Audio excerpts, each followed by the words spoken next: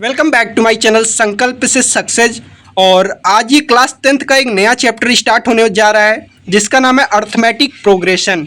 और ये देखा जाए बोर्ड के पॉइंट ऑफ व्यू से तो बहुत इंपॉर्टेंट चैप्टर है, क्योंकि इस चैप्टर से 3 से 4 क्वेश्चन हर साल पेपर में पूछे जाते हैं। और जो सारे क्वेश्चन पूछे जाते हैं बहुत आसान और फार्मूला बेस्ड क्वेश्चन होते हैं। तो देखते हैं इस चैप्टर के बारे में। सबसे पहले क्या करना है, चैप्टर का नाम क्यों अर्थमेटिक प्रोग्रेशन पढ़ा इसका ऐसा क्यों नाम पड़ा, तो इसके पीछे भी एक कहानी है, जिसे एक कहानी के थ्रू मैं बताना चाहूँगा। अमन नाम का एक लड़का था जो कि एक कंपनी में काम करता था, और उसका क्या काम था कि जितने भी लोग वहाँ काम करने आते थे उनको हंसाना है, और इस तरीके का उसका काम था, यानी कि कॉमेडी टाइप का। तो अमन क्या करता था, ये उससे कहा गया कि उसके 1 मंथ की सैलरी क्या रहेगी, 1000 रुपये रहेगी। और अगर वो अच्छा काम करता है, सभी को हंसाता है, तो नेक्स्ट मंथ क्या होगा, 100 रुपया बढ़ा दिया जाएगा। और अगर फिर वो अच्छा काम किया तो नेक्स्ट जो दूसरा मंथ है उसमें भी 100 रुपया बढ़ा दिया जाएगा। तो जैसे मैंने कहा कि अमन जब जॉब करने आया तो उसकी सैलरी कितनी थी, 1000 रुपया थी। फिर उससे कहा गया था कि अगर वो अच्छा काम करता है, सभी लोग उससे खुश रहेंगे, तो अगले मंथ उसकी सैलरी 100 रुपया बढ़ा दी जाएगी, यानी कि दूसरे मंथ उसकी सैलरी हो जाएगी 1100 रुपया। और फिर नेक्स्ट मंथ उसकी सैलरी 100 रुपया और बढ़ा दी जाएगी, तो जो तीसरे मंथ उसका सैलरी होगा 1200 रुपया होगा। तब फिर अमन ने सोचा कि अगर 1 मंथ की सैलरी मेरी 100 रुपया है और हर मंथ 100 रुपया, 1 मंथ की सैलरी 1000 है और हर मंथ 100 रुपया बढ़ रहा है, तो 12 महीने के बाद मेरी सैलरी कितनी होगी। यानी कि अब यहाँ क्या अमन क्या सोचा, अमन के मन में लालच आ गया और उसने सोचा कि 12 महीने के बाद मेरी सैलरी कितनी हो सकती है। ऐसे क्वेश्चन के लिए इस चैप्टर का निर्माण किया गया। अगर आप वैसे कैलकुलेशन करेंगे तो आपका टाइम वेस्ट होगा, और ये चैप्टर इस अकॉर्डिंग और इम्पॉर्टेंट बनती है क्योंकि इस चैप्टर से कॉम्पिटिटिव एग्जाम में बहुत से क्वेश्चन पूछे जाते हैं। अब चलते हैं। जैसे मैंने ये बताया ना, अमन की जो सैलरी थी, इसमें कुछ चीज़ों को ध्यान देना पड़ेगा। इसमें क्या है, ये 1000 क्या है, ये हमारा पहला नंबर है, ठीक है। उसके बाद 1100 हमारा दूसरा नंबर है, 1200 हमारा तीसरा नंबर है। तो अब यहाँ क्या करना है, यहाँ मैथ में इस चैप्टर में जो पहला नंबर होता है उसे A1 से डिनोट करते हैं, जो दूसरा नंबर होता है उसे A2 से डिनोट करते हैं, और जो तीसरा नंबर होता है उसे A3 से डिनोट करते हैं। और ऐसे जाते जाते जो लास्ट नंबर होता है उसे AN से भी डिनोट करते हैं। और यहाँ क्या है कि एक चीज़ आप देख सकते हैं, जो उसकी मंथ की सैलरी में ग्रोथ हो रही है वो 100 रुपया हो रहा है। कितना ग्रोथ हो रहा है, 100 रुपया। ये जो 100 रुपया हर मंथ ग्रोथ हो रही है ना, तो इस चैप्टर में उसे कहा जाता है कॉमन डिफरेंस, ठीक है। तो अब देख सकते हैं, जैसे A1 कितना है, A1 हमारा है 1000। A2 कितना है, A2 हमारा है 1100। और मैंने कहा कि इस चैप्टर में एक और टर्म आता है D, जिसका नाम है कॉमन डिफरेंस। और ये जो कॉमन डिफरेंस होता है,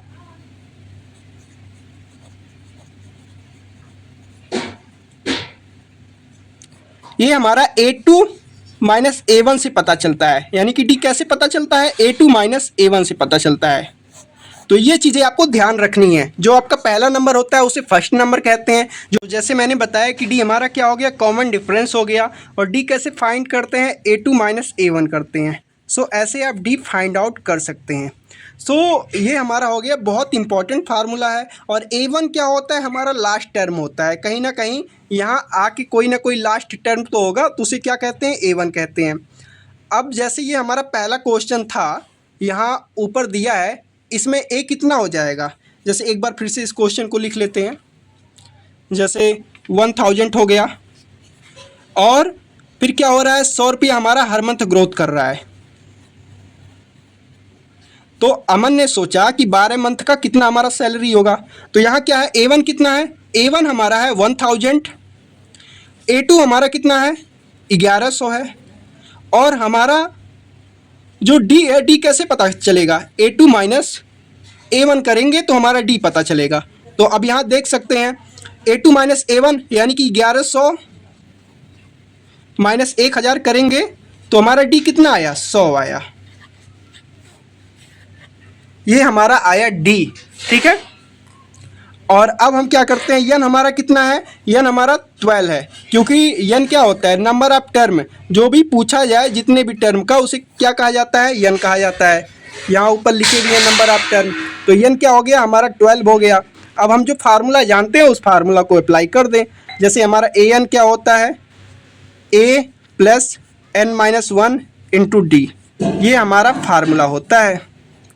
अब यहाँ क्या करना है, सारी वैल्यू एक एक हम पुट कर देंगे। जैसे ए हमारा कितना है, ए हमारा पहला टर्म ही माना जाएगा, यानी कि 1000 प्लस यन कितना है, यन 12 है, और 12 माइनस 1 कितना होगा, 11 होगा। उसके बाद डी कितना है, डी हमारा 100 आया है। तो अब इसको आप सॉल्व करेंगे तो ये हो जाएगा 1000 प्लस 1100, ओवरऑल 2100 रुपया हो जाएगा। यानी कि जो अमन है, अमन के बराबर मंथ की सैलरी कितनी होगी, 2100 रुपया। अब उसने एक साल पहले शुरू किया था 1000 से, और उसकी सैलरी 12 महीने के बाद कितना हुआ 2100 रुपया। सो ऐसे आप सॉल्व कर सकते हैं। और ये हो गया हमारा इंट्रोडक्शन का पहला वीडियो। और आपको बता दूं कि एपी क्या होता है। एपी एक बार फिर से बता दूं कि अगर ये जैसे जो डिफरेंस है, अगर ये यहाँ भी देखो, इन दोनों के बीच का डिफरेंस 100 है, इन दोनों के बीच का भी डिफरेंस 100 है। अगर जो कॉमन डिफरेंस है सारे नंबर्स का 100 ही आता है, तभी एपी होगा।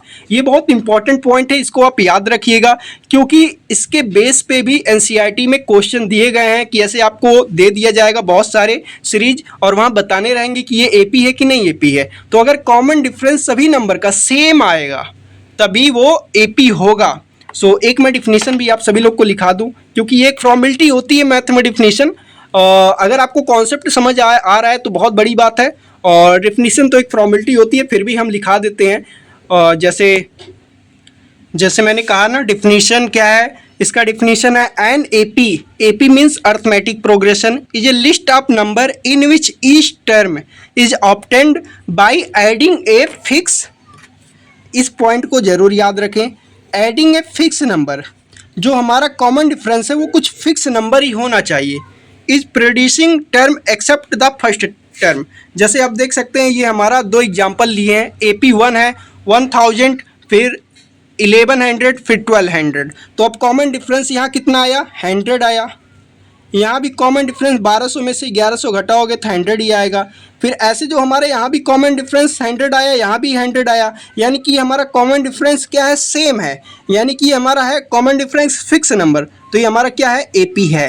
अगर पूछा जाए क्या ये एपी है, तो आप लोग कहेंगे हाँ ये एपी है। अब दूसरे वाले क्वेश्चन में देखा जाए, कॉमन डिफरेंस कैसे निकाला जाता है, A2 माइनस A1। 120 में से 100 सब्ट्रैक्ट किए तो यहाँ 20 आया। अब यहाँ से ये सब्ट्रैक्ट किए तो यहाँ 30 आया, यहाँ से ये सब्ट्रैक्ट किए तो यहाँ 40 आया। तो यहाँ आप देख सकते हैं हमारा कॉमन डिफरेंस क्या है, अलग अलग आ रहा है। तो ये हमारा क्या है, एपी नहीं है, क्योंकि एपी वही सीरीज होंगे जिनका कॉमन डिफरेंस सेम आएगा। सो अभी तक जो पढ़ाया गया, इसके बेस पे आपके एनसीईआरटी के 5.1 और 5.2 भी सॉल्व हो सकते हैं। और आपको क्या करूंगा, जब पूरा चैप्टर खत्म हो जाएगा तो उसमें आपको फार्मूला का एक शीट दे दूंगा, उसको आप रट ले। अब हम बात करेंगे, जैसे एक और टर्म आता है समेशन ऑफ एन टर्म। जब सम की बात आएगी तो उसके लिए एक फार्मूला और है। सो जैसे ये एक दूसरा टॉपिक है, sum of n term of n AP. कोई एपी दिया गया है और उसमें बताना है, जैसे ये हमारा पहला एपी है ऊपर वाला, इसमें बताना है सम ऑफ एन टर्म। तो कुछ नहीं करना है, दोनों सिमिलर है, बस कुछ चीज़ों का डिफरेंस ये है। जैसे आपने क्या किया है, पहले वहाँ आपने क्या किया है, फार्मूला पढ़े हैं आप, जैसे a n equal to a plus n minus 1 into d. ये जो आपने पहला फार्मूला पढ़ा है ना, उसी में आपको ए और ऐड कर देना है, उसके बाद n/2 ऐसे कर लेना है।